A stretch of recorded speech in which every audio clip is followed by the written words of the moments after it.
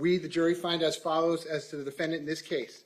The defendant is not guilty. The verdict is in. Scot Peterson, the former sheriff's deputy and school resource officer charged for allegedly failing to confront the Parkland school shooter in February 2018, was found not guilty on all counts. The defendant is not guilty.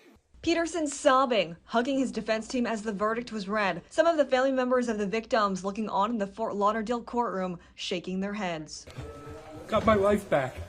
We got our life We've back. got our life back after 4.5 years, and being able to put the truth out of what happened.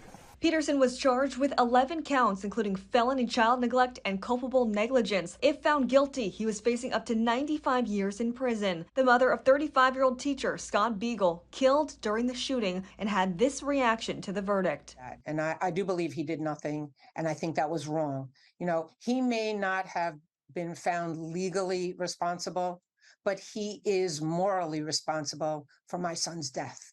Okay, had he done something, anything, that murderer would have never gotten to the third floor, and I would be able to be speaking to my son, okay, not visiting him at the crypt. 60-year-old Peterson was fired from his job and criminally charged after an internal investigation found that he retreated while students were under attack.